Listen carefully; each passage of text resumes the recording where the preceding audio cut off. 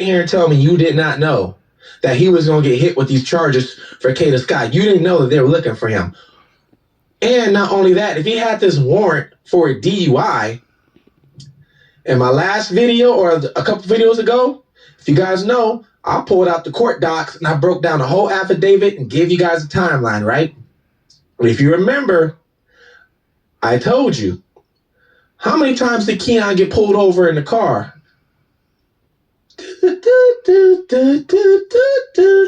How many times did he get pulled over in the car? If you remember, he got pulled over October 1st and October 2nd, which is 3 and 2 days before Kade Scott disappeared. He got pulled over and got pulled over in the car with Miss Lopez, her house got raided. So if he had a warrant for a DUI, wouldn't he would have got arrested right then and there? I pulled up the proof that he got pulled over on October 1st, and they wrote him a citation for not having a license. So why didn't he go to jail right then and there? They just wrote him a citation.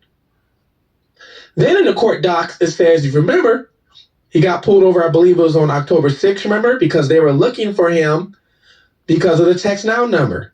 And they pulled him over. They didn't say it in the court docs, but I know why they pulled him over. They pulled him over just to see if his phone would ping to the spot they pulled him over at, to make sure it was him with the text now number. Okay, and I remember didn't you represent a Proud Boy? Yes, I did. Yes, I did. I represented Zachary Real, or one of the leader of the Proud Boys. Did you have any folks from the community upset when you were representing him? I got no emails. I got no social media, whatever. I got none of that. And I'm talking about, and he was obviously not the most high-profile person. Of course, you remember when I went and got Maurice Hill from that police barricade standoff for ADOC. And this is what I do. This is what I do. And how long have you been doing this? Almost 20 years. So is this the first time that you've seen, because there's a petition that's also been put out that has about 2,000 signatures of people asking for you to withdraw from representing Keon King. Here is the 2,500 petition people have been posting. Have you ever had reaction like this from the community for representing someone? No. I never. And quite frankly, I'm not sure if it's the clickbait, and I'm not sure why this particular case, like why this one case, because you cover news, you cover violent crimes, there are on a daily basis in this community. I'm not talking about worldwide. In our city of Philadelphia, there are men and women and boys and girls daily. They all have lawyers. So I'm not sure why this particular case. Maybe it's all because everybody involved in the case is black.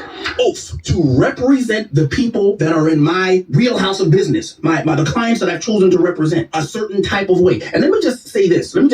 I don't take every case that walks in the door. Listen to me, Frankie. I listen for God's voice. I'm not spiritual. I'm a Christian. Let me be very clear. I'm not mincing my words on today's show. I listen for God's voice when I am deciding whether to take a case. Is that what you did here?